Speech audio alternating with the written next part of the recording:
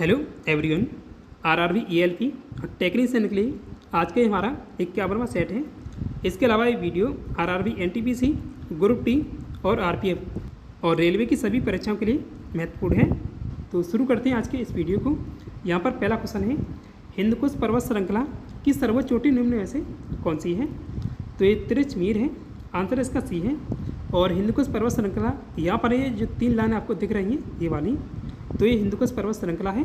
और इसे ट्रिक से ऐसे याद रखिएगा कि हिंदकुश पर्वत श्रृंखला है तो हिंदुओं ने कुश होकर मीर मारा, तो तितिरमीर इसकी सर्वोच्च चोटी है हिंदकुश की।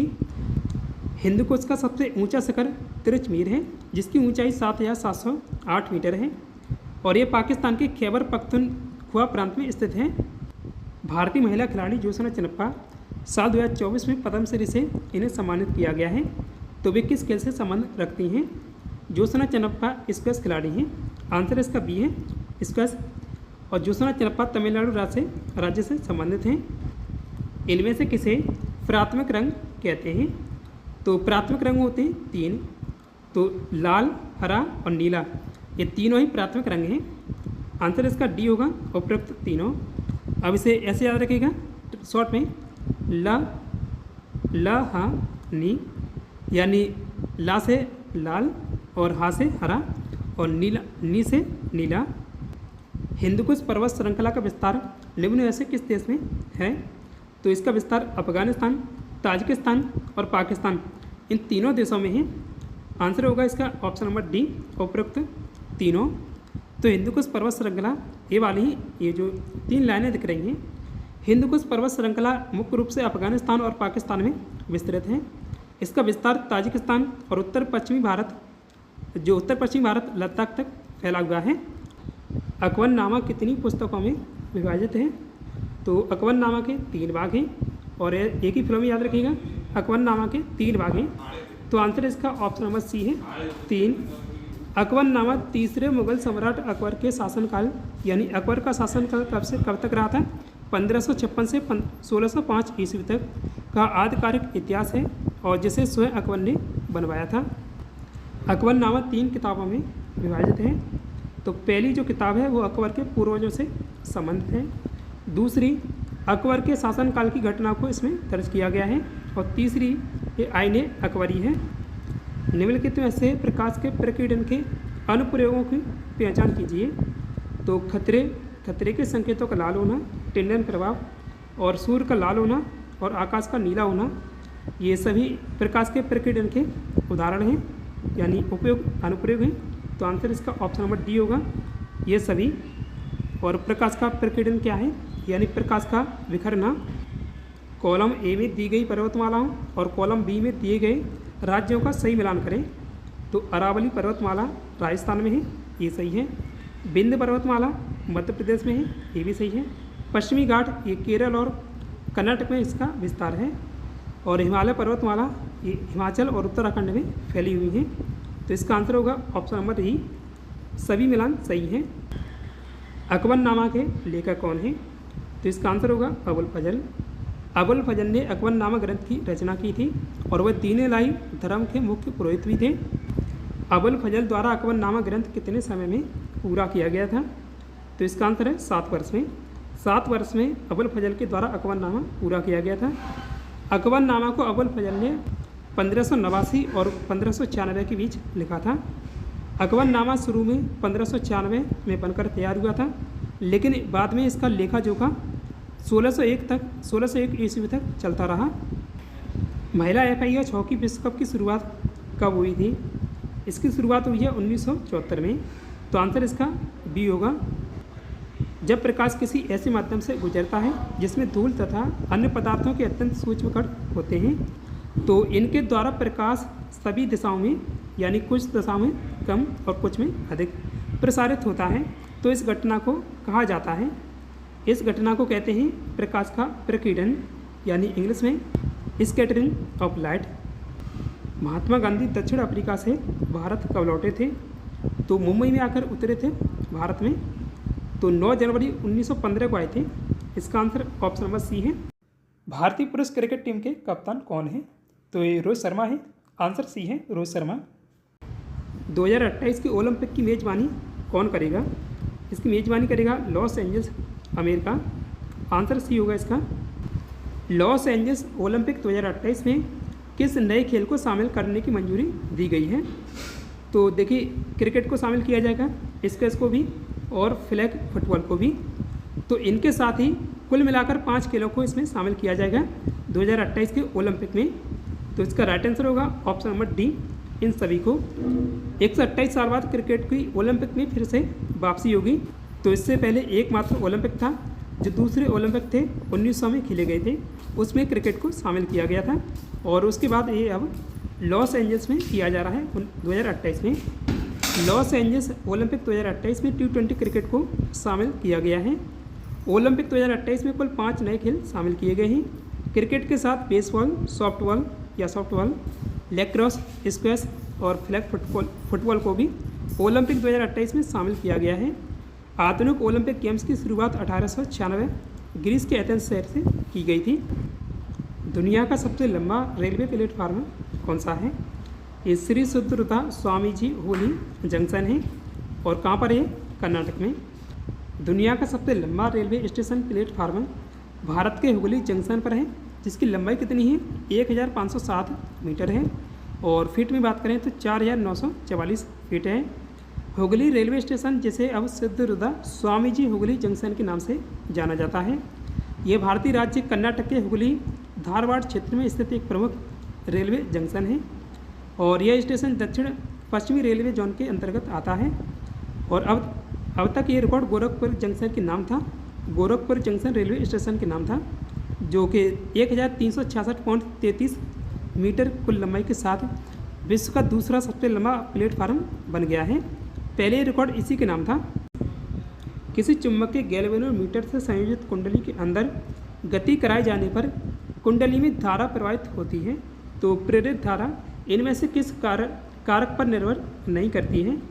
तो चुंबक की ध्रुव सामर्थ्य पर निर्भर करती है, कुंडली के फेरों की संख्या पर भी निर्भर करेगी, और चुंबक की गति की चाल पर भी। तो इसका आंसर ऑप्शन नंबर बी सही होगा। कुंडली से संयोजित गैल्वेनोमीटर का प्रतिरोध इस पर निर्भर नहीं करेगी। विभाजक ऊतक या इंग्लिश में मेरिस्टेमेटिक ऊतक कोशिकाओं में निम्न में से क्या अनुपस्थित होता या होती है? तो इसमें कोशिका भित्ति पाई जाती है, केंद्रक भी पाया जाता है, और कोशिका द्रव भी होता है, और रसधानी नहीं होती है। तो आंसर इसका ऑप्शन नंबर सी है, रसधानी। और इसे ट्रिक से ऐसे याद रखिएगा कि विभाजन में कभी रस नहीं मिलता है, तो विभाजक ऊतक में रसधानी नहीं होती है। इनमें से कौन विभाजक ऊतक या इंग्लिश में मेरिस्टेमेटिक टिश्यू का भाग है? तो ये देखिए, यहाँ हिंदी में दिया हुआ है, लेकिन रेलवे अधिकतर इंग्लिश में पूछता है। तो ऐसे याद रखिएगा, एपिकल मेरिस्टेम और लेटरल मेरिस्टेम और इंटरकैलरी मेरिस्टेम, यानी हिंदी में शीर्षस्थ विभाजक ऊतक, पार्श्व विभाजक और अंतर्वेशी विभाजक। तो ये सभी पाए जाते हैं। 3 भाग होते हैं इसके विभाजक ऊतक के। तो आंसर इसका ऑप्शन नंबर डी होगा, उपरोक्त सभी। खाली स्थान संरचना और कार्य में समान कोशिकाओं का समूह है। तो ये कौन है? ये ऊतक है। आंसर इसका डी है। ऊतक संरचना और कार्य में समान कोशिकाओं का समूह है। समान उत्पत्ति, संरचना और कार्यों वाली कोशिकाओं के समूह को ऊतक या टिश्यू कहते हैं। तीसरी पीढ़ी के इलेक्ट्रॉनिक कंप्यूटर का समय क्या था? तो इसका समय काल है 1964 से 1971 तक। तो ऑप्शन बी सही है। कंप्यूटर की किस पीढ़ी में इंटीग्रेटेड सर्किट चिप यानी आईसी चिप का इस्तेमाल किया गया था? तो एक कंप्यूटर की तीसरी पीढ़ी में इसका उपयोग किया गया था। आंसर इसका डी होगा, तीसरी पीढ़ी। और पहली पीढ़ी में वैक्यूम ट्यूब का, दूसरी में ट्रांजिस्टर का। पुष्पभूति वंश के संस्थापक कौन थे? तो आंसर इसका ऑप्शन नंबर बी होगा, पुष्पभूति। तो पुष्पभूति वंश के संस्थापक थे। भारत में राष्ट्रीय साहसिक पुरस्कार किसके सम्मान में प्रदान किए जाते हैं? तो तेंजिन नोर्गे के सम्मान में पुरस्कार मिलता है। तो आंसर बी सही है इसका। एवरेस्ट फतेह के बाद एमंड हिलेरी को ब्रिटिश सरकार ने नाइटहुड की उपाधि दी थी। हिलेरी भारत में न्यूजीलैंड के उच्चायुक्त भी रहे थे। वहीं तेंजिन नोर्गे के सम्मान में देश में राष्ट्रीय साहसिक पुरस्कार भी प्रदान किए जाते हैं। पुष्पभूति वंश की राजधानी निम्न में से कौन सी थी? तो थानेसर और कन्नौज, ये दोनों ही इसकी राजधानी रही हैं। तो आंसर इसका सी होगा, ए और बी दोनों। पुष्पवती राजवंश मूल रूप से अपनी राजधानी थानेसर, जो थानेसर अब कहाँ है, हरियाणा में है, के आसपास के एक छोटे से क्षेत्र पर शासन करता था। और हर्ष ने अंततः कन्याकुब्ज, जो अब कन्याकुब्ज है उत्तर प्रदेश के आधुनिक कन्नौज को कहा जाता है, को अपनी राजधानी बनाया और लगभग 647 ईस्वी तक इस पर शासन किया था। पुष्पवती वंश का अंतिम शासक कौन था? तो हर्षवर्धन था पुष्पवती वंश का अंतिम शासक। पुष्पवती वंश के किस राजा को शकलोत्तर पथ नाथ के नाम से भी जाना जाता है?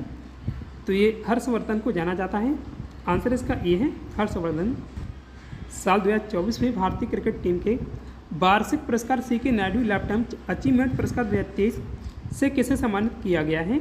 तो देखिए ये पुरस्कार 2024 में मिला है, लेकिन पिछले साल के प्रदर्शन के लिए दिया गया है। तो किसे मिला है? रवि शास्त्री और फारूक इंजीनियर, इन दोनों को मिला है। आंसर इसका बी होगा, सॉरी ऑप्शन नंबर डी होगा, बी और सी दोनों। भारतीय पुरुष क्रिकेट टीम के कोच कौन हैं? तो वर्तमान में राहुल द्रविड़ हैं। आंसर इसका ए है। Colonel CK Naidu lifetime achievement award पहली बार किसे दिया गया था? तो लाला अमरनाथ को ये अवार्ड पहली बार मिला था। आंसर इसका बी होगा, Lala Amarnath. Colonel CK Naidu lifetime achievement award किस संस्था के द्वारा दिया जाता है? तो इसे बीसीसीआई के द्वारा दिया जाता है। तो आंसर इसका सी है, BCCI. Colonel CK Naidu lifetime achievement award भारतीय क्रिकेट कंट्रोल बोर्ड यानी बीसीसीआई द्वारा भारतीय क्रिकेट में अद्वितीय योगदान देने वाले व्यक्तियों को दिया जाने वाला एक पुरस्कार है और ये बीसीसीआई द्वारा किसी पूर्व खिलाड़ी को दिया जाने वाला सर्वोच्च सम्मान है और इसे क्रिकेट के सबसे प्रतिष्ठित पुरस्कारों में से एक माना जाता है। CK Naidu lifetime achievement award पुरस्कार की शुरुआत कब हुई थी? 1994 से ये पुरस्कार दिया जा रहा है। Colonel CK Naidu lifetime achievement award में कितनी धनराशि दी जाती है? तो 25 लाख रुपये इसमें दिए जाते हैं। आंसर सी है इसका। थानेश्वर से शासन करने वाले पुष्पवती खालिस्तानी यहाँ पर के वंश के संस्थापक थे, यानी किस वंश के संस्थापक थे? पुष्पवती। तो वर्धन वंश के संस्थापक थे पुष्पवती। देखिए वर्धन वंश है, पुष्पवती वंश का ही दूसरा नाम है वर्धन वंश। सम्राट हर्षवर्धन किस वंश से संबंधित थे? तो इसका आंसर है पुष्पवती वंश से। हर्षवर्धन प्रभाकर वर्धन के पुत्र थे। उन्होंने 606 से 647 ईस्वी तक उत्तर भारत पर शासन किया था। पुष्पवती वंश को और किस नाम से भी जाना जाता है? तो इसे दूसरे नाम से वर्धन वंश के नाम से जाना जाता है। तो आंसर इसका बी है। पुष्पवती वंश जिसे वर्धन वंश के नाम से भी जाना जाता है और ये 6वीं और 7वीं शताब्दी के दौरान उत्तर भारत में थानेसर राज्य और कन्नौज साम्राज्य का शासक वंश था। भारत के संविधान के किस अनुच्छेद में कहा गया है कि राज्य की कार्यपालिका शक्तियाँ राज्यपाल में निहित हैं? तो अनुच्छेद 154 में कहा गया है।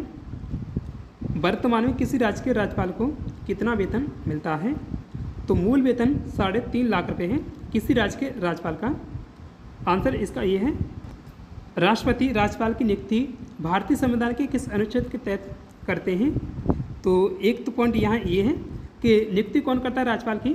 राष्ट्रपति। किस अनुच्छेद के तहत की जाती है? 155 के तहत, अनुच्छेद 155। और 156 में, अनुच्छेद 156 में राज्यपाल की पद अवधि दी गई है। आज के इस वीडियो में इतना ही है। कल आपसे पूछा था वर्तमान में प्रधानमंत्री नरेंद्र मोदी के प्रधान सचिव कौन हैं? तो प्रमोद कुमार मिश्रा हैं या पीके मिश्रा, इनकी द्वारा भी नियुक्ति की गई है। इसलिए टेस्ट क्वेश्चन है आज के लिए, रेलवे बोर्ड की पहली महिला अध्यक्ष और सीईओ कौन है?